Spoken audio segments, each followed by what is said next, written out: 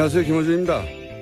지드래곤 권지용 씨가 USB에 음악 파일이 아니라 파일을 다운로드할 수 있는 링크만 담아 발매를 했고, 한국음악콘텐츠산업협회는 음원이 담기지 않아 음반이 아니라며 음반 판매량에서 제외해서 논란이 되고 있습니다. 출판업계는 전자책이 나오자 전자책 통계를 따로 내는 것으로 해결한 적이 있는데, 이 경우는 전자책과도 다릅니다.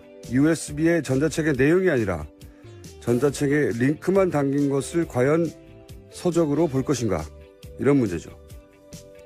USB에 파일이라도 담겨야 한다는 협회의 판단과 음반의 정의를 왜 독점하느냐는 가수의 항변이 맞서는 겁니다. 최초 음반이 탄생한 것이 100년 남짓에 불과합니다. 무엇이다 하는 정의와 기준은 변하게 마련이죠. 가수의 항변이 일리 있는 건 그래서입니다. 인터넷 시대를 반영하라는 요구죠. 하지만 각자의 정의가 다를 때 생기는 혼란을 해결하려고 표준, 기준을 정하게 됩니다. 그러니까 협회는 기준을 정할 권한이 있고, 가수는 기준의 변화를 요구할 자유가 있는 거죠. 그럼 새로운 기준은 누가 언제 어떻게 정하는 걸까요? 아마도 결국은 시장이 결정하겠죠.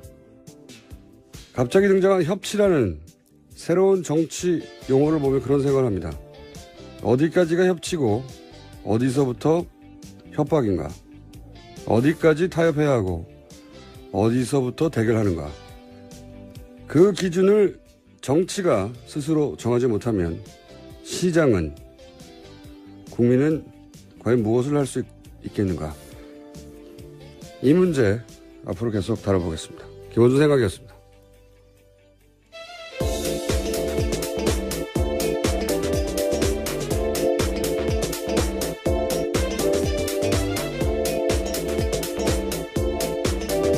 시사인의 김은지입니다. 네, 지드래곤 씨. 재밌는 논란이었어요, 저는 개인적으로. 자, 이 문제는 지드래곤 씨가 뉴스공장 인터뷰에 응하는지 안 응하는지에 따라서. 그런 섭외 오프닝이었습니까? 네. 한번 다뤄보기로 하겠는데, 시사방송에 응할지 모르겠네요. 네, 굉장히 시사적인 내용 같습니다. 그렇죠? 네. 자, 첫 뉴스는요? 네, 문재인 대통령이 어제 강경화 외교부 장관 후보자를 장관에 공식 임명했습니다. 대통령은 강 장관 임명 자리에서 외교부 내부 구조를 강하게 비판하기도 했습니다. 또 외교부가 4대국 중심 외교에서 벗어나지 못하고 있다라면서 외교 다변화를 요구하기도 했습니다. 또한 대사 임명도 비외무고시 출신, 민간 전문가, 여성으로 넓혀야 한다고 주문했습니다. 여성 대사도 많이 나오겠군요. 자, 당연히 이제 여기에 야당은 예고한 대로, 양쪽 다 예고했었죠. 강행하겠다고 했고, 언론의 표현대로면 강행이고, 제 표현대로면 임명한 겁니다.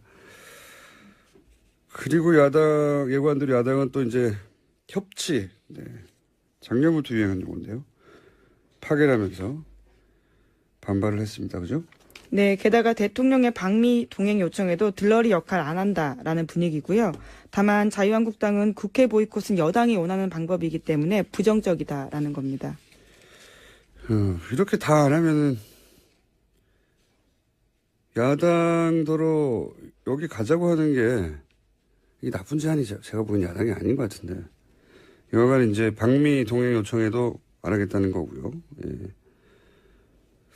다 안 갈지 모르겠어요. 여기는 갈 곳이 분명히 있을 겁니다. 보이콧은 어떻게 한답니까? 네, 그것이 여당이 원하는 방법이기 때문에 당장 하고 싶진 않다라는 건데요. 각 당의 기류가 다르기 때문에 단일한 입장 나오기가 쉽지 않습니다. 보이콧을 하겠다고 했다가 그것이 역풍이 있을 것 같으니까 여당이 원하는 방법이라고 한 거 아닌가요? 네, 재밌습니다. 카드가 안 된다고 생각한 거죠. 자, 관련해서 또 인사 소식이 많죠. 네, 우선 이에 대해서 대통령 반응에도 나왔는데, 문재인 대통령은 협치는 더 이상 없다든지 마치 대통령과 야당 간의 인사를 놓고 승부를 겨누는 것처럼 표현하는 것은 참으로 온당하지 못하다고 생각한다라는 식의 이야기도 했습니다. 그래서 이제 인사 추천 뭡니까? 인사추천위원회. 위원회, 예. 위원회를 부활시키겠다는 거죠. 예. 네, 노무현 정부 때 있었던 시스템인데요. 검증 시스템을 강화해서 조국 민정수석 이런 개인한테 책임을 가는 것을 좀 분산시키겠다는 겁니다. 이번 주 화요일부터 시작합니다. 그렇군요. 결국 이 낙마, 안경환 법무부 장관 내정자 낙마 때문에 이제 이런 이야기가 나오기 시작한 건데, 그죠? 그게 42년 전인가요? 네. 네, 40년 넘게 일입니다. 75년이라고 나왔으니까 42년 전이겠죠. 예. 42년 전에 안 태어났죠? 안 태어나셨잖아요. 저는 태어났습니다. 아, 그러신가요? 네, 당연합니다. 42살이 넘었기 때문에. 예. 김정일 기자는 안 태어났죠. 예. 네. 이게, 일부 언론 보도대로 이혼 기록을 남기지 않기 위해서, 그렇게 여성을 위해서 일부러 소송을 한 건지, 아니면 정말 일방적으로 몰래 혼인신고를 한 건지는 이제는 사퇴해서 알 길이 없어졌어요. 예. 네, 피해자 인터뷰가 좀 나오긴 했는데요. 그래요? 예. 피해자를 특정할 수가 있게 됐어요? 채널A에서 피해자 인터뷰라고 해서 나왔다라는 부분들이 있었던 것 같은데, 제가 온라인에서 그러니까 직접 본 건 또 아니어가지고요. 예. 조금 내일 정확하게 말씀드리겠습니다. 이게, 해당 여성에게 피해가 가거나 과거가 밝혀진 피해자 여성이라고 하면 이미 이제 일방적이라고 전제하는 거니까요. 지금이라고 말할 수 있을까요? 정확하게. 여간 그 일은 지나갔는데 이제는 결국은 뭐 전자의 경우라면 일부러 기록을 남기지 않기 위해서 한 거라면 결국은 피해 여성, 그러니까 그 해당 여성에게 이제 2차적인 피해가 가지 않을까 우려가 있었을 것 같고 그게 아니라면 자신이 정치적 부담이 될 거라는 그런 정부적 판단을 한 거겠죠. 근데 사퇴를 했으니 이제 뭐 이건 일단락된 것인데 야당은 일단락이 아니라 이제 시작인 거죠. 예, 이 모멘텀으로 조국 민정수석 물러가라고 하고 있고 조국 수석이 물러가면 야당이 거기서 멈출 것인가. 절대 안 멈추겠죠. 또 한 가지 문제는 재판 기록을 어떻게 입수했나 이런 얘기 나오고 있죠.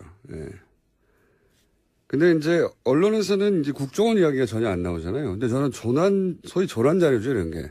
조난 자료 하면 사실 국정원인데 보수 정권 하에서 소위 조난 자료로 관련된 것은 국정원이 작업을 해주는 경우가 많았다. 그렇게 저는 알고 있는데 조난 자료 시초는 박정희 시절이에요. 육군 방첩부대인가요? 네. 거기서 이제 소위 이제 그 반대 세력, 정치 반대 세력, 그 리스트를 파악하느라고 작성한 걸로 아는데 이후에 이제 중앙정보부 시절에 본격화됐고 안기부 국정을 거치면서 여전히 조난 자료는 저는 있는 걸로 알고 있습니다. 그래서 고위공무원이나 대기업 혹은 뭐 언론 간부들이나 대학 교수도 있는 걸로 알고 있고요. 국공립대학 그러니까 서울대학이면 당연히 있겠죠. 시민단체 뭐 포괄적이고 체계적으로 관리한 걸로 알고 있는데 저도 아마 있을 것 같지 않나요?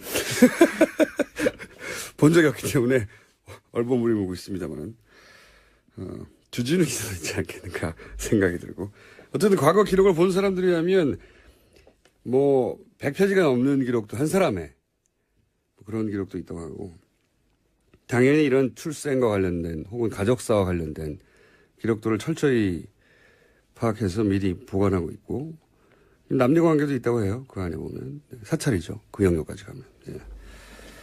예전에 그 안기부 간부 그런 말을 한 적이 있어요. 조난 자료가 안기부의 힘이라고. 안기부 힘이 원천이라고. 근데 이제 만약에 그렇다면 이건 뭐 추정입니다. 근거는 없어요. 근데 과거에 그랬었으니까 지금도 그러지 말란 법이 있는가 하는 정도 선에서 얘기를 하자면 문재인 정부 하에서 국정원이 거꾸로 문재인 정부를 상대로 이런 작업을 했다가 되는 거거든요. 만약 그렇다면. 근데 그런 가능성은 제로인가.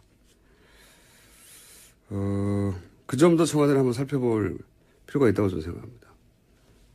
그리고 주광덕 의원이 김기춘 비서실장 시절에 정무비서관 출신이라는 점을 고려하지 않더라도 과거에 분명히 그런 일이 있었으니까요. 네.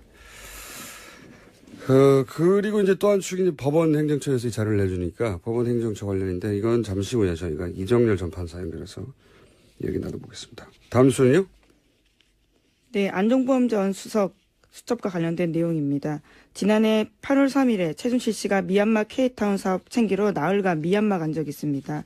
그런 다음 최순실 씨가 이틀 뒤에 귀국하고 이틀 뒤에 박근혜 전 대통령이 안종범 전 수석에게 지시를 했다고 합니다.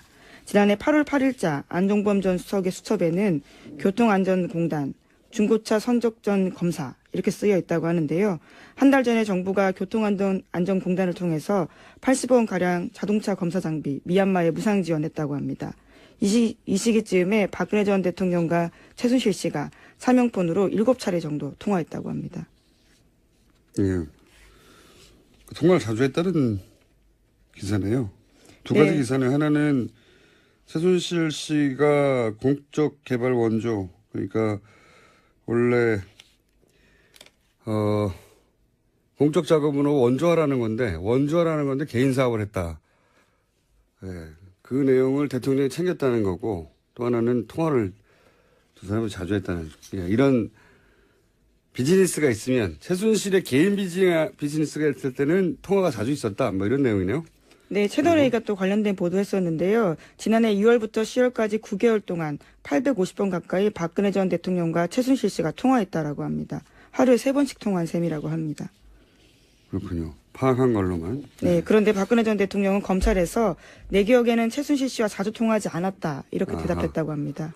이 3번씩, 거의 하루 3번인데, 3번씩 통화했다는 이야기는 예전에 탄핵정국에서도 나왔었죠. 네. 그때 제가 그런 얘기 한 것 같은데. 연인 관계가 최고조에 이를 때 하루에 3번 정도 하는 거라고. 네. 근데 평균 3번씩 항상 했다는 거죠. 예. 근데 이제 여기 뉴스는 박근혜 전 대통령은 자주 통하지 않았다고. 예, 뭐 자주의 기준이 각자에게 다 다를 수 있기 때문에요. 3번은 누구의 기준으로든 자주입니다. 콜센터가요? 10번씩 하고 싶었었나 보죠. 하루에 3번씩 통화는 누구의 기준으로든 많습니다. 자주 통화하지 않았다고 했는데 이런 내역을 제시했다 이런 거군요. 뉴스가. 네. 그리고 그때는 내용만 나왔지 이에 대한 박근혜 전 대통령의 반응이 없었는데 반응이 보도된 거군요. 알겠습니다. 다음 뉴스는요? 예, 박근혜 전 대통령 오촌 살인 사건 관련해서 수사 기록을 공개하라는 법원의 결과가 나왔습니다. 서울행정법원은 해당 기록이 수사상 비밀이 아니라면서 공개하라고 결정했습니다. 이번 정보 공개 결정이 검찰이 27일까지 항소하지 않을 경우에는 확정이 됩니다. 이거는 이제 통화 내역하고 기지국 위치를 알려달라는 거거든요. 그러니까 유족들이 언제 어디서 누가 통화했는지 알고 싶은 거죠. 진실의 조각을 맞추고 싶은 거죠. 정말 자살인지 아닌지. 왜냐하면은 전화를 해서 불러냈다고 하는데 그것도 맞는 건지 확인하고 싶고 그런 건데 경찰은 이걸 그동안은 수사당국은 수사 기밀이라며 주질 않았어요. 기밀이 어디 있습니까? 자기들이 통화한 게 아닌데. 예. 근데 이제 법원이 내놓으라고 한 거죠. 예, 주라고 드디어. 이 오촌살인 사건은 저도 오랫동안 추적해온 사건이라서 제가 아는 한계 내에서는 권력형 사건으로 저는 알고 있어요. 예. 겪어본 사건 중에서도 가장 무서운 사건이고 김지현 기자도 초기에 이 사건 취재했었죠. 김은지입니다. 네. 죄송합니다. 김은지 기자도. 지금까지도 하고 있습니다. 이 재판 직접 갔었습니다. 그러시군요. 예. 예. 이 사건은 굉장히 무서운 사건입니다. 네. 그날 현장에 직간접 연루된 인물들은 이제 사실상 거의 다 사망했죠. 예, 사망해서. 네. 관련 증인들이 계속 사망하고 있어서요. 취재 과정에서도 깜짝깜짝 놀랐습니다. 그러니까요. 찾다 보면 사망했습니다. 사망하지 않은 인물들은 행방을 전혀 모르고. 그래서 더더욱 이 사건은 재수사가 되어 마땅하다고 저는 개인적으로 생각하고. 예. 재수사 해보면 알죠. 얼마나 이상한지. 지금까지는 취재한 몇 분들만 아는데 참으로 이상한 사건입니다. 다행히 일부 수사 기록도 아니에요. 그냥 통화 기록이에요. 통화 기록. 이게 무슨 수사 기록입니까? 자기들이 기밀도 아니고 이걸 이때까지 이것조차 주지 않았던 거죠. 이제 겨우 하나 받아내게 된 셈입니다. 맞습니다. 네. 수사 기밀이 아닌데 무슨 수사 기밀이라고요. 자기들이 만들어낸 기록이 아닌데. 자, 다음 뉴스는요. 하나 정도 더 할 수 있을 것 같습니다. 네, 영국 런던 화재 사망자 수가 최소 60명 가까이 될 것 같다라는 보도가 나왔는데요. 이번 사고에 미흡하게 대처한 테리사 메이 총리에 대한 사임을 요구하는 시위가 열리고 있습니다. 제가 이게 사건 다음날 잠깐 브리핑했지만 거기가 부촌과 빈민 한 블록 을 두고 혼재한 곳이라고 뉴욕 할렘가처럼. 그게 이제 히드로 공항에서 공항 고속도로 가는 고가가 통과하는 길이거든요. 그리고 전통적으로 이민자들 있잖아요. 공항에서 이민자들이 거기 빈촌을 이루고 있던 지역. 그 바로 건너에는 노팅힐이라고 말씀드렸다시피 부촌이고. 근데 그래서 이 사건을 아마 원래 EU 일원이었다가 지금 브렉시트 중이니까 협상하려는 단계니까 이게 영국 구성원들에게는 인류 국가가 붕괴하는 상징처럼 여길 거다. 제가 예견했지 않습니까? 또 하나는 직접 사고를 지켜봤어요. 생중계돼가지고. 우리가 세월호 사태로 집단 트라우마를 겪었듯이 영국인들도 그런 비슷한 트라우마를 겪게 될 거예요, 이게 아마. 네. 보는 눈앞에서 화재 현장이 생중계되고 있는데 사람들이 죽는데 뭐 할 수 있는 게 없고 그런데 그게 결국 정부가 해야 할 일을 제대로 하지 못해서 그런 거다. 이렇게 되면 정치적 분노가 있는 거죠, 당연히. 그렇게 전개될 가능성이 높습니다, 이 사건이. 네, 이미 영국 이코노미스트지가 영국판 세월호 사건이다라는 식으로 보도했습니다. 그래요? 예, 그ren펠 타워도 세월호처럼 상징적인 존재가 될 것이다. 이렇게 지적했다고 합니다. 나한테 연락도 없이 사람들이 내 코멘트를. 맞습니다. 그렇게 될 거. 더군다나 이코노미스트요? 네. 저한테 연락 오겠군요. 여기까지 하겠습니다. 자, 지금까지 시사인의 김은지였습니다. 감사합니다. 자, 이어서 좀 전에 예고드린 대로 한경환 법무부 장관 내정자 사퇴 관련해서 이 사퇴시킨 문건이 결국은 42년 전 판결문인데 유출 경위에 대한 논란이 있죠. 어제 자유한국당 중앙덕 의원은 기자회견을 열고 논란에 대해서 해명을 했는데 소개하기 전에 기침을 하시면 어떡합니까, 이정일 판사님. 아이고, 죄송. 이 판결문에 대해서 문제 제기를 했던 이정일 전 부장판사 연결되어 있습니다. 안녕하십니까? 아유, 이거 전화 연결돼 있는지 몰랐습니다. 죄송합니다. 네. 인사를 기침으로 하신. 자, 중앙덕 의원이 판사님을 직접 기자회견에서 언급을 했기 때문에 저희가 인터뷰를 하지 않을 수가 없습니다. 우선, 언급을 하게 된 이유가 바로 가정법원의 판결문은 비공개가 원칙이라서 이 공개는 가사소송법을 위반한 것이라고 판사님 주장하셨죠. 이걸 좀 더 설명해 주십시오. 어떤 위반인지. 가사소송법 10조에 보면 이렇게 되어 있습니다. 가정법원에서 처리 중이거나 처리한 사건에 관해서는 성명, 연령, 직업 및 용모 등을 볼 때 본인이 누구인지 미루어 짐작할 수 있는 정도의 사실이나 사진을 신문, 잡지 그 밖의 출판물에 게재하거나 방송할 수 없다.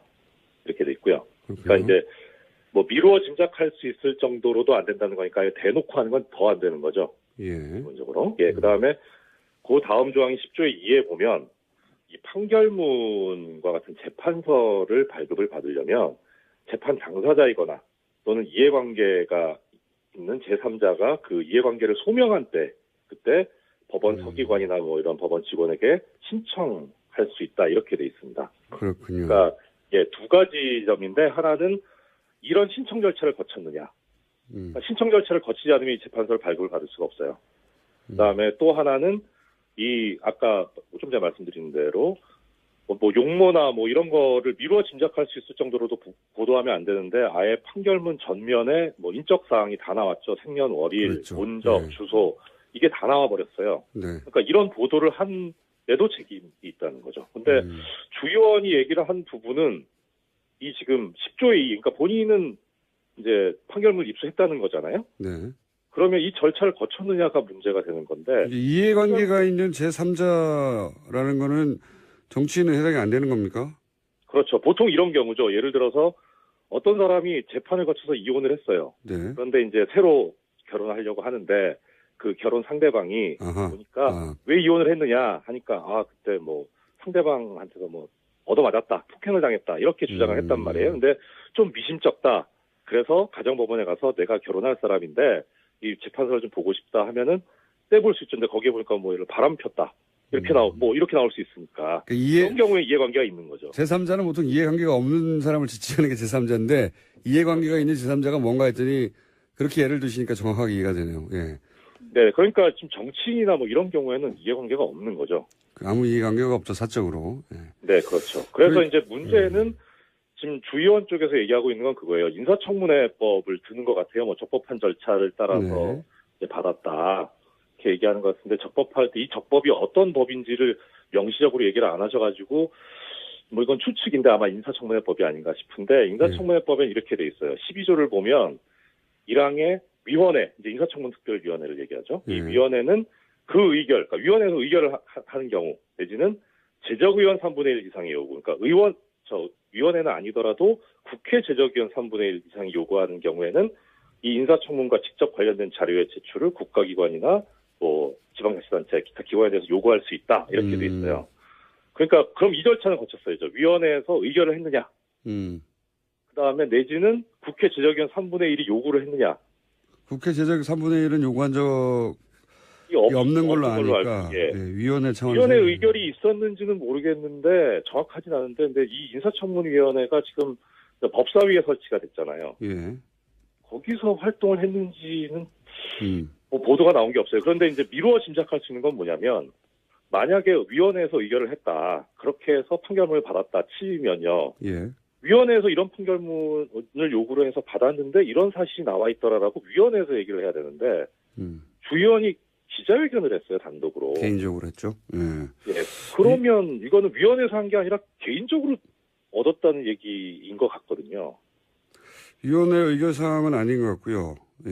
예. 이건 뭐 저희가 따로 또 한번 인터뷰를 해보겠습니다. 근데 지금까지 말씀하신 걸 정리하면 그러니까 보도와 관련한 것은 언론사의 이제 책임을 물을 일인 것 같고, 그죠? 그렇죠. 이건 주 의원하고 관계가 없죠. 네. 그리고 네. 이것이 주 의원이 그 이해관계가 있는 제3자인가 하는 문제가 하나 있는 거고요. 아니다라는 말씀이신 네. 거고요. 예. 예. 이해관계가 있는 제3자여야 하는데 그리고 또 절차적으로 이게 위원회 의결을 거쳤느냐 하는 청문회법, 인사청문회법을 제대로 지켰느냐 하는 문제제기가 있을 수 있고요. 그죠? 그렇죠. 예, 이렇게 정리하면 맞는 거죠. 네, 그렇죠. 그러면은 그 두 가지 다 안 한 거 아닌가 싶은 생각이 드는 거죠. 그렇군요. 그러면 일단은 언론사, TV조선이죠. TV조선에서 이 인사 개인의 신상이 다 드러났죠. 왜냐하면 자료를 네, 흔들었기 그렇죠. 때문에 예. 네. 보도를 한 것은 기본적으로 법을 위반한 것은 맞군요. 그렇죠. 그거는 10조 위반이죠. 그리고 이 경우에는 72조에 보면 가사소송법에 이 보도 금지 규정을 위반한 경우에는 2년 이하의 금고 또는 100만 원 이하의 벌금에 처한다는 형사처벌 조항도 있어요. 알겠습니다. 네. 그리고 그 외에 이 보도 관련한 의문점은 없습니까? 일단 뭐 취득 보도 관련해서 과정이라든가 먼저 취득 일자라든가 뭐, 예. 말씀을 좀 드려보면 이 TV조선이 최초의 보도를 한 게 최초 보도인지 모르겠는데 일단 검색상 나오는 게 예. 지난 6월 15일 날 저녁 7시 30분에 뉴스판이라는 프로그램에서 보도가 됩니다. 예. 그리고 주광덕 의원이 블로그에도 올렸고 보도자료를 냈는데 거기에 이제 뭐 자기가 그 법원행정처에다 이 판결문을 요구를 했다라고 예. 하면서 요구한 일시가 6월 15일이에요. 뭐 시각은 안 나오는데. 예, 예. 그리고 취득한 때도 6월 15일입니다. 네. 그러니까 법원에서 받았다는 거죠. 당일날 바라받았군요. 예. 예. 그리고 주광덕 의원이 이 내용을 가지고 기자회견을 한 게 다음 날이 16일 11시예요. 단독으로 했죠. 네. 그러면은 이 16일 11시가 되기 전에는 주광덕 의원과 법원 쪽을 제외한 다른 곳은 이 판결문을 가지고 있을 수가 없죠. 그렇죠. 예. 그런데 TV조선은 그 전날 저녁 7시 반에 벌써 보도를 했단 말이에요. 그럼 TV조선은 갖고 있었다는 얘기죠. 이렇게 생각해 볼 수 있겠네요. 그러니까 법원 행정처는 이제 이 해명대로라면 법원 행정처는 주 의원에게 요청받은 즉시 발급해 줬고 즉시 네. 거의 뭐 네. 당일 요청하고 당일 발급했다는 거가 되니까요. 그리고 주 의원은 자료 취득 즉시 기자회견을 하기 전에 TV조선에 먼저 넘겨준 걸로 추정할 수 있을 것 같은데요. 예. 그럴 수도 있죠. 그럴 수도 있는데 그럼 그 과정은 문제죠. 왜냐하면 왜 TV조선에 주느냐, 그러니까 왜 일개 언론사에 주느냐라는 거죠. 이것은 주 의원이 지금 주장하고 있는 게 뭐냐면 예. 공공의 이익에 관한 거다라는 거거든요. 예. 공공의 이익을 관한 거면 그러니까 그 16일 11시에 한 기자회견 이거는 어떻게 보면 이해는 가요. 예. 그러니까 공공이 알 수 있도록 한 거니까. 그런데 TV조선에 그냥 얘기하지 않고 만약에 지금 공장장님 말씀하신 대로 그런 절차로 줬다면 이거는 공공의 이익에 관련된 절차가 아니죠. 그 공공의 이익 말씀하시니까 네. 그 지금 말씀 듣고 두 가지가 떠오르는데 하나는 뭐냐면 그 법원행정처가 자료 요청을 받은 즉시 이런 민감한 개인정보 자료를 당일 바로 넘겨주는 게 제가 알기로는 상당히 이례적인 것이 왜냐하면 이 자료 요청이 강제 조항이 아니잖아요. 제가 알기로는 네. 정보 요청을 하면 부처 내에서 자기 내규에 따라서 자체 판단을 해서 공개하지 않는 정보가 사실 상당히 많고 민주당이 야당 시절에는 뭘 달라고 해도 그 자료 공개를 하지 않는다고 워낙 그래서 힘들다는 소리를 많이 했었는데 이건 굉장히 빨리 준 케이스가 돼서 그게 좀 이례적인 게 하나 네. 있고. 근데 이건 판사님이 모르실 부분이니까 저희가 따로 인터뷰를 해보겠고요. 또 하나는 지금 이제 공공의 이익, 그래서 이 보도 금지는 공공의 이익, 이해에 부합하기 때문에 그럴 경우에는 위법성이 조각될 수 있다고 주 의원이 이제 주장을 했습니다. 네. 그러니까 이게 개인정보지만 공공의 이익을 위해서 공개할 수 있는 것이다. 위법성이 조각될 수 있다. 이렇게 반박했는데 여기에 대해서 뭐라고 하시겠습니까? 일단 가장 큰 부분은 뭐냐면요. 첫째는 공공의 이익 부분 관련해서 지금 주 의원이 얘기하고 있는 거는 판결문 공개라든가 보도 금지 뭐 이 부분이에요. 근데 네.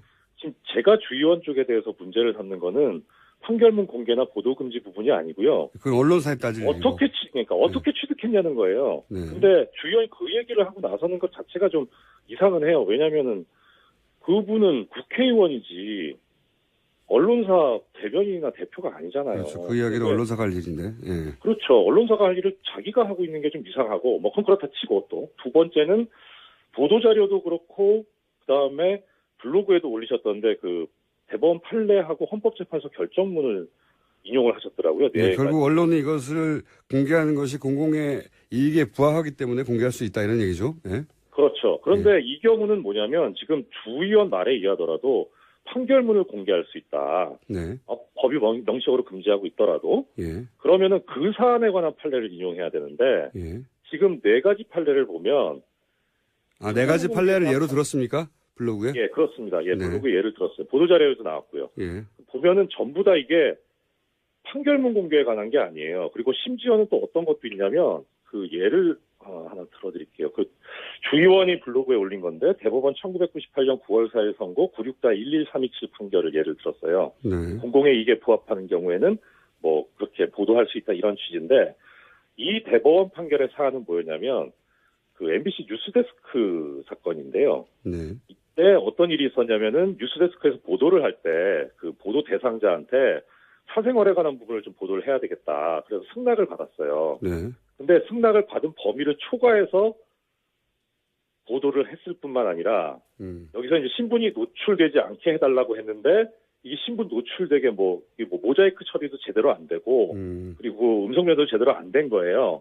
그래가지고 이제 이분이 손해배상 청구를 한 거죠. MBC에 대해서. 예.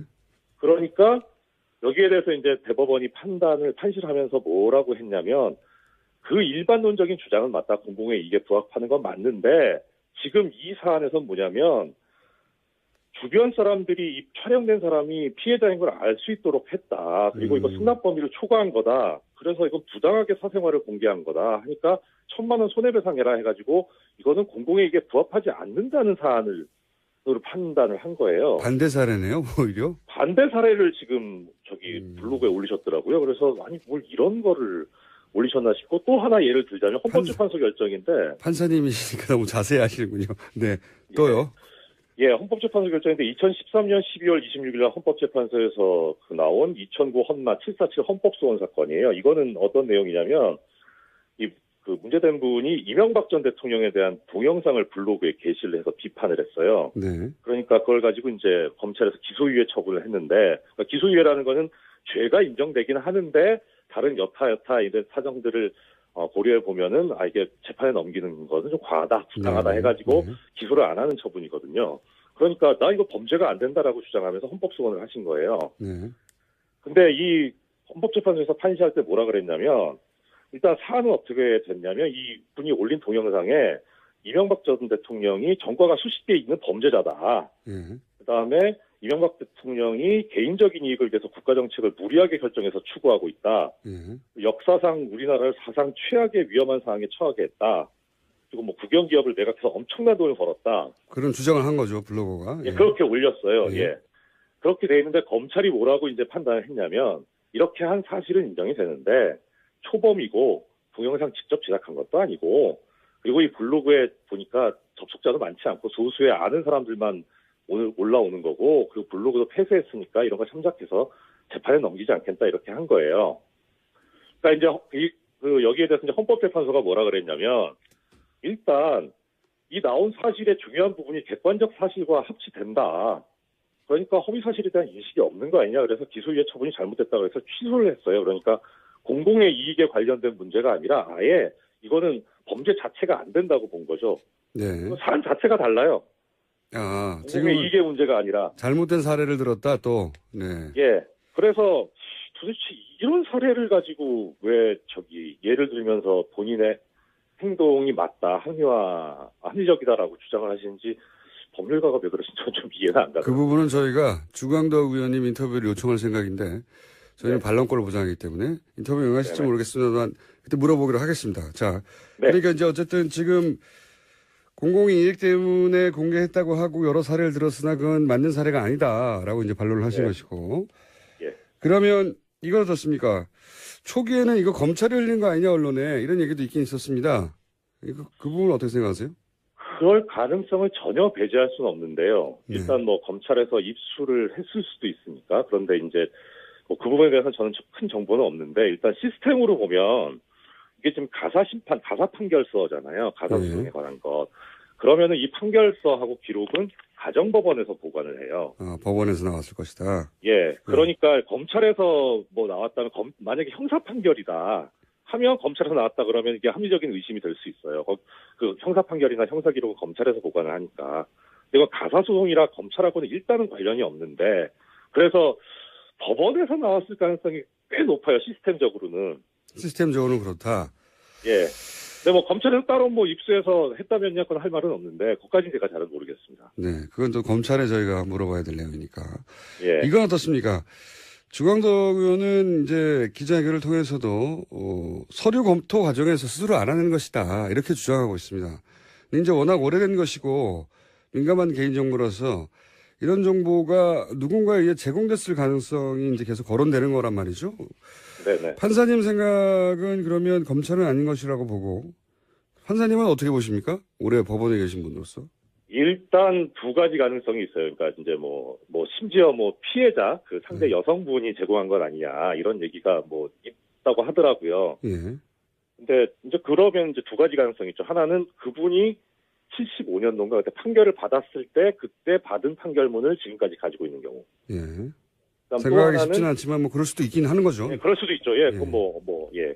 그럼 또 하나는 최근에 안경환 후보자가 이제 법무부 장관 후보자로 지명이 되니까 이 사람은 안 된다 생각해서 이번에 비로소 판결문을 새로 발급받은 경우 이 두 가지가 있을 수 있어요. 그렇군. 당사자라고 한다면. 네. 예, 당사자면 이건 가소송법 위반이 아니죠. 기본적으로 당사자이기 때문에. 그러면은 첫 번째 경우는 근데 보니까 이 지금 보도된 판결문 형태를 보니까 판결이 언제 확정됐다라고 하는 그 고무인으로 찍혀서 기재가 있더라고요. 판결문 첫 페이지에. 과거 판결물이 아니란 말씀이시고. 예. 그렇죠. 예. 새로 만약에 이제 새로 그러니까 과거는 절대로 아니다라는 거죠. 이거 확정된 얘기가 나오니까. 예. 그다음에 두 번째 가능성은 주광덕 의원이 그 가능성을 배제시켜줬어요. 본인이 그거는 취득했다는 거잖아요. 네, 당사자는 아닌 것 같고. 예. 예. 그래서 당사자는 아닐 가능성이 거의 높지 않을까. 그러니까 그거는 주광덕 의원 말을 믿어야 될 거죠. 예. 만약에 그 부분을 거짓말했다면 이거는 그야말로 정말 심각한 문제니까. 그래서 일단 제3자가 제공했을 가능성은 그렇게 좀 가능성이 낮지 않나 싶은데 문제는 이제 그래서 이건 좀 이제 뭐 그야말로 여러 가지 짜깁기한 추측인데 일단 TV조선 보도 있었던 아까 말씀드렸던 6월 15일 요때로 한번 돌아가 보면은 이 당시에 어떤 일이 있었냐면요. 법원행정처에서 이 피의자와 유흥업소 간의 그 유착관계에 있는 부장판사가 있다는 사실을 알고도 징계를 안 했다라는 기사가 6월 15일 날 오전 뭐 그 전날부터 나옵니다. 네. 예, 그러면 법원 입장에서 보면은 이게 지금 검찰 지금에서 나오는 개혁 얘기도 뭐 이영렬 전 중앙지검장이나 뭐 안태근 검찰국장이 이제 부적절한 술자리를 가지고 거기서 이제 돈이 오갔다는 거잖아요. 처음에 거기서 출발했죠. 예. 예, 거기서 출발했죠. 그러니까 이 사안이 법원 개혁의 출발이 될 가능성이 있다고 보여요. 검찰에서 그렇게 불거진 사안의 전례를 볼 때 이렇게 그렇죠. 이제 법원행정처에서 부장판사가 피의자 유흥업소 간의 문제를 알고 있었는데도 징계를 안 했다. 네, 그렇죠. 그리고 이게 어떤 문제가 있냐면 이 문제된 부장판사는 제가 누군지는 모르는데 일단 직책이 고등법원 부장판사거든요. 예. 차관급인데 이 고등법원 부장판사는 다른 판사들하고 달리 고등법원 부장판사가 될 때 대법원장에서 발탁이 돼요. 대법원장으로 가는 게 아니고. 예. 예. 그래서 아니 이런 사람을 어떻게 고등법원 부장판사로 발탁을 했냐. 게다가 라고 이제 하는 최근에 예. 대법원장에 대한 문제 제기가 있을 수 있겠군요. 그렇죠. 지금 뭐 안경환 후보자 관련해 가지고 뭐 조국 인사수석이라든가 뭐 조현옥 인사수석에 민정수석이라든가 조현옥 인사수석에 대해서 뭐 책임져야 된다 이런 얘기 나오는데 이걸 그대로 적용을 하면은 양승태 대법원장은 몇 번 그만뒀어야 되거든요. 그러니까 그거를 견제하자는 차원에서 법원 쪽에서 먼저 줬을 가능성이 있지 않나, TV조선 쪽에다가. 이게 전과가 있어요, 법원이, 뭐, 이런 식으로 이제, 뭐, 재판 관련 내용을 흘리는 것이. 그래서 종전수법을 그대로 쓴 거 아닌가, 뭐, 이건 뭐 저의 추측입니다. 추측인데. 개인적인 추측인데 전과가 있으므로 그런 추측도 해본다는 이런 말씀이시네요. 그렇습니다. 그러니까 네, 지금 말씀을 요약하면 예를 들어서 사법부 내에 법원 개혁 문제에 저항감을 가지거나 혹은 현 정부의 반감을 가진 일부가 관여했을 수 있다 이런 추정이시네요. 그렇죠. 예. 특히나 양 대법원장 같은 경우에는 지금 뭐 법원 내부에서도 지금 목소리가 나오고 있고 오늘 전국 법관 대표자 회의가 있잖아요. 그러니까 내부적으로도 문제가 있는데 이거를 외부로 해서 눈을 돌리려는 그런 시도일 수도 있고요. 그러니까 상당히 필요성이 있죠. 근데 이제 그 과정에서 보면 법원에서 이제 자료를 줬다가 뭐 계속 수소를 얘기하고 있어서 좀 그렇습니다만은 뭐 자료를 줬다가 이게 아까 말씀드린 가사소송법 위반 문제가 생기니까 국회를 통해서 가면은 적법해질 수 있지 않느냐 해서 주광덕 의원을 섭외를 하지 않았을까. 알겠습니다. 여기서부터는 예.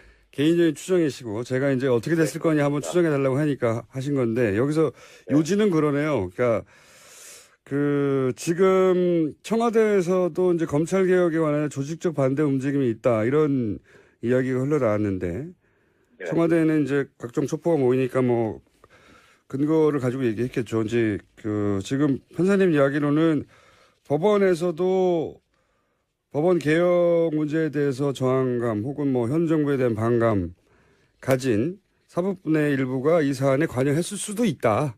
네, 그렇죠. 과거 전례가 있기 때문에 그런 추정을 해본다. 제가 법원 쪽에 오래 있어가지고 그래서 그런지는 모르겠습니다만 저는 법원 쪽에 의심이 강하게 들거든요. 그래서 법원에 오래 계셨기 때문에.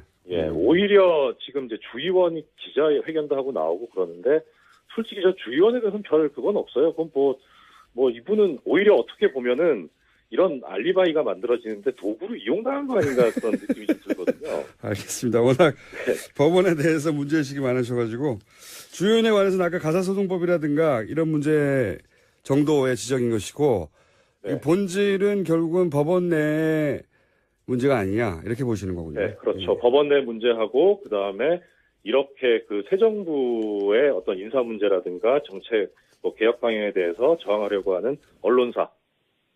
언론 적폐와 법원 적폐 문제가 아닌가 싶습니다, 저는. 알겠습니다. 오늘 여기까지 듣겠습니다. 오늘 말씀 감사합니다. 예, 고맙습니다. 네. 자, 반론 보장하고 있으니까 이제 주광덕 의원님 저희가 연락드릴 테니까 섭외 응해 주시면 감사하겠습니다. 뭐 다른 기자회견을 하셔도 좋고요. 여기까지 하겠습니다. 이정열 전 부장판사였습니다. 안녕하세요. 김호준입니다. 지드래곤 권지용 씨가 USB에 음악 파일이 아니라 파일을 다운로드할 수 있는 링크만 담아 발매를 했고, 한국 음악 콘텐츠 산업협회는 음원이 담기지 않아 음반이 아니라며 음반 판매량에서 제외해서 논란이 되고 있습니다. 출판업계는 전자책이 나오자 전자책 통계를 따로 내는 것으로 해결한 적이 있는데, 이 경우는 전자책과도 다릅니다. USB에 전자책의 내용이 아니라 전자책에 링크만 담긴 것을 과연 서적으로 볼 것인가, 이런 문제죠. USB에 파일이라도 담겨야 한다는 협회의 판단과 음반의 정의를 왜 독점하느냐는 가수의 항변이 맞서는 겁니다. 최초 음반이 탄생한 것이 100년 남짓에 불과합니다. 무엇이 무엇이다 하는 정의와 기준은 변하게 마련이죠. 가수의 항변이 일리 있는 건 그래서입니다. 인터넷 시대를 반영하라는 요구죠. 하지만 각자의 정의가 다를 때 생기는 혼란을 해결하려고 표준, 기준을 정하게 됩니다. 그러니까 협회는 기준을 정할 권한이 있고, 가수는 기준의 변화를 요구할 자유가 있는 거죠. 그럼 새로운 기준은 누가 언제 어떻게 정하는 걸까요? 아마도 결국은 시장이 결정하겠죠. 갑자기 등장한 협치라는 새로운 정치 용어를 보면 그런 생각을 합니다. 어디까지가 협치고 어디서부터 협박인가? 어디까지 타협해야 하고 어디서부터 대결하는가? 그 기준을 정치가 스스로 정하지 못하면 시장은, 국민은 과연 무엇을 할 수 있겠는가? 이 문제 앞으로 계속 다뤄보겠습니다. 김원준 생각이었습니다.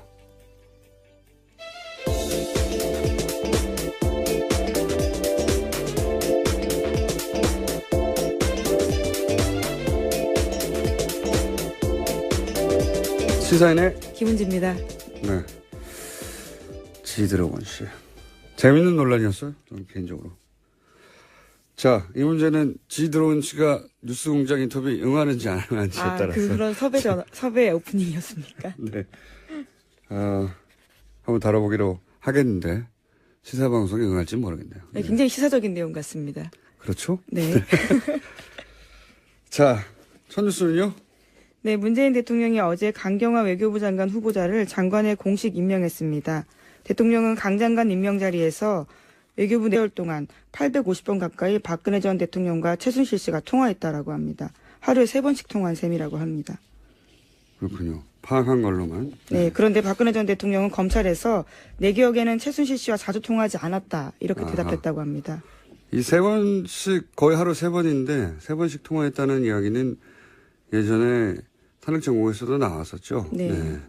그때 제가 그런 얘기 한 것 같은데, 연인 관계가 최고조에 이를 때 하루에 3번 정도 하는 거라고. 네. 근데 평균 3번씩 항상 했다는 거죠. 예. 근데 이제 여기 뉴스는 박근혜 전 대통령은 자주 통하지 않았다고. 예, 뭐 자주의 기준이 각자에게 다 다를 수 있기 때문에요. 3번은 누구의 기준으로든 자주입니다. 콜센터나요? 10번씩 하고 싶었었나 보죠. 하루에 3번씩 통화는 누구의 기준으로든 많습니다. 자주 통화하지 않았다고 했는데 이런 내역을 제시했다, 이런 거군요, 뉴스가. 네. 그리고 그때는 내용만 나왔지 이에 대한 박근혜 전 대통령의 반응이 없었는데 반응이 보도된 거군요. 알겠습니다. 다음 뉴스는요? 예, 박근혜 전 대통령 오촌 살인 사건 관련해서 수사 기록을 공개하라는 법원의 결과가 나왔습니다. 서울행정법원은 해당 기록이 수사상 비밀이 아니라면서 공개하라고 결정했습니다. 이번 정보 공개 결정이 검찰이 27일까지 항소하지 않을 경우에는 확정이 됩니다. 이거는 이제 통화 내역하고 기지국 위치를 알려달라는 거거든요. 그러니까 유족들이 언제 어디서 누구와 통화했는지 알고 싶은 거죠. 진실의 조각을 맞추고 싶은 거죠. 정말 자살인지 아닌지.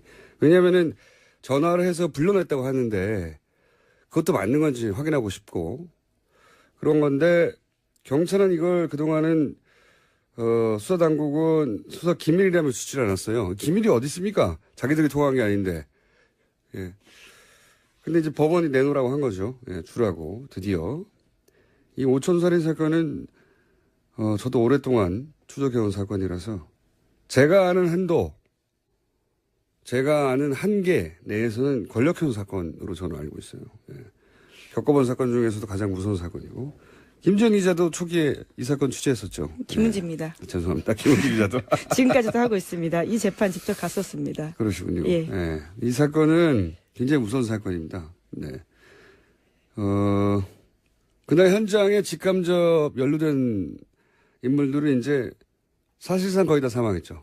예, 사망해서. 네. 관련 증인들이 계속 사망하고 있어서요. 취재 과정에서도 깜짝깜짝 놀랐습니다. 그러니까요. 찾다 보면 사망했습니다.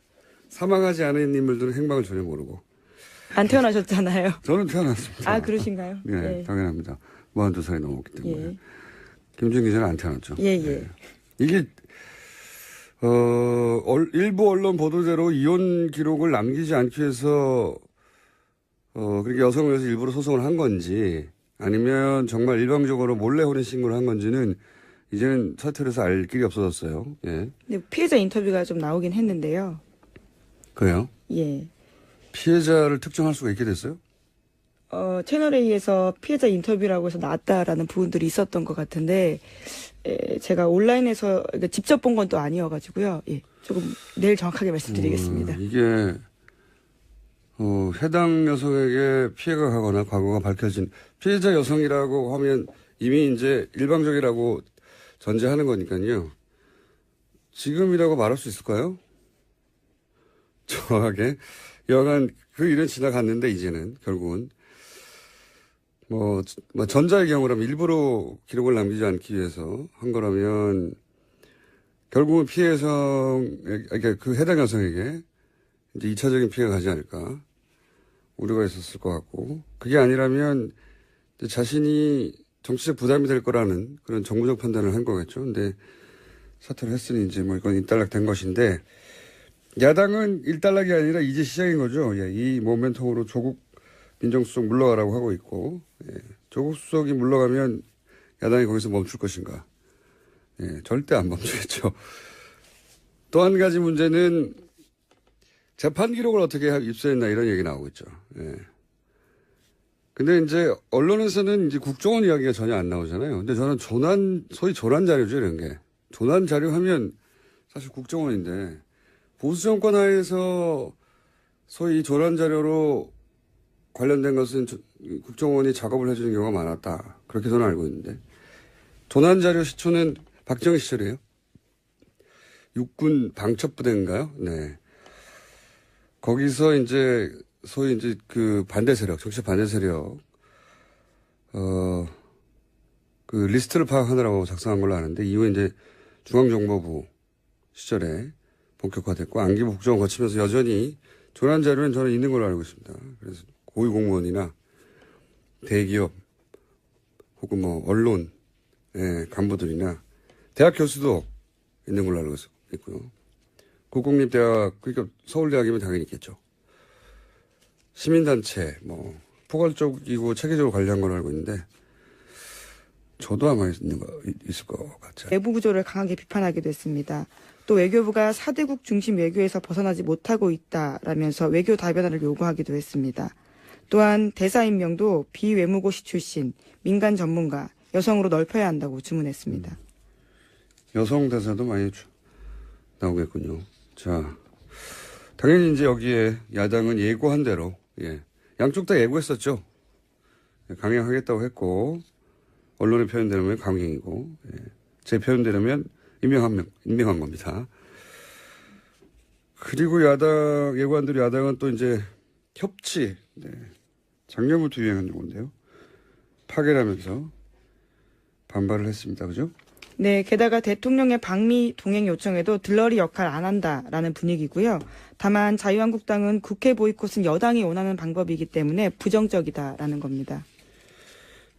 이렇게 다 안 하면은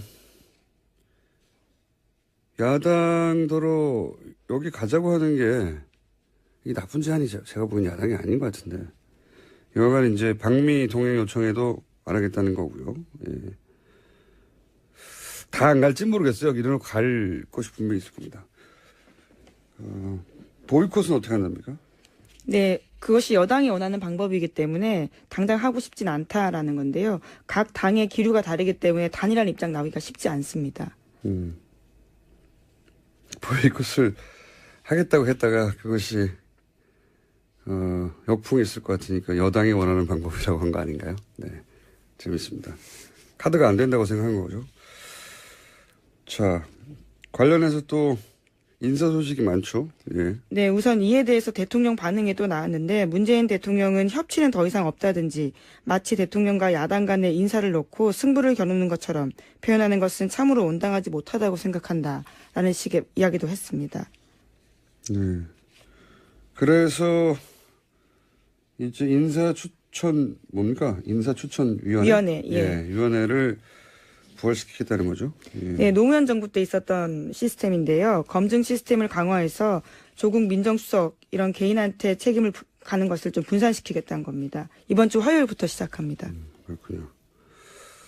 결국 이 낙마, 안경환 법무부 장관 내정자 낙마 때문에 이제 이런 이야기가 나오기 시작한 건데, 그죠? 그게 42년 전인가요? 네. 네, 40년 넘게 일입니다. 75년이라고 나왔으니까 42년 전이겠죠. 예. 42년 전에 안 태어났죠? 본 적이 없기 때문에 얼버무리고 있습니다만 주진우 기사도 있지 않겠는가 생각이 들고. 어쨌든 과거 기록을 본 사람들이 하면 뭐 100페이지가 넘는 기록도 한 사람의 그런 기록도 있다고 하고, 당연히 이런 출생과 관련된 혹은 가족사와 관련된 기록들을 철저히 파악해서 미리 보관하고 있고, 남녀관계도 있다고 해요. 그 안에 보면. 사찰이죠. 그 영역까지 가면. 예. 예전에 그 안기부 간부 그런 말을 한 적이 있었어요. 조난 자료가 안기부의 힘이라고. 안기부 힘이 원천이라고. 근데 이제 만약에 그렇다면 이건 뭐 추정입니다. 근거는 없어요. 근데 과거에 그랬었으니까 지금도 그러지 말란 법이 있는가 하는 정도 선에서 얘기를 하자면, 문재인 정부 하에서 국정원이 거꾸로 문재인 정부를 상대로 이런 작업을 했다가 되는 거거든요. 만약 그렇다면. 근데 그런 가능성은 제로인가? 그 점도 청와대를 한번 살펴볼 필요가 있다고 저는 생각합니다. 그리고 주광덕 의원이 김기춘 비서실장 시절에 정무비서관 출신이라는 점을 고려하지 않더라도 과거에 분명히 그런 일이 있었으니까요. 네.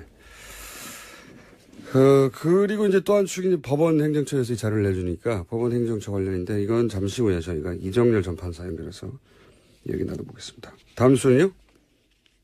네, 안종범 전 수석 수첩과 관련된 내용입니다. 지난해 8월 3일에 최순실 씨가 미얀마 K타운 사업 챙기러 나흘간 미얀마 간 적이 있습니다. 그런 다음 최순실 씨가 귀국하고 이틀 뒤에 박근혜 전 대통령이 안종범 전 수석에게 지시를 했다고 합니다. 지난해 8월 8일자 안종범 전 수석의 수첩에는 교통안전공단, 중고차 선적전 검사 이렇게 쓰여 있다고 하는데요. 한 달 전에 정부가 교통안전공단을 통해서 80억원가량 자동차 검사 장비 미얀마에 무상 지원했다고 합니다. 이 시기쯤에 박근혜 전 대통령과 최순실 씨가 사명폰으로 7차례 정도 통화했다고 합니다. 예. 통화를 자주 했다는 기사네요. 두 가지 네. 기사네. 하나는 최순실 씨가 공적 개발 원조, 그러니까 원래 공적 작업으로 원조하라는 건데 개인 사업을 했다. 예. 그 내용을 대통령이 챙겼다는 거고, 또 하나는 통화를 두 사람이 자주 했다는, 이런 비즈니스가 있으면, 최순실의 개인 비즈니스가 있을 때는 통화가 자주 있었다. 뭐 이런 내용이네요. 네, 채널A가 또 관련된 보도했었는데요. 지난해 2월부터 10월까지 9개월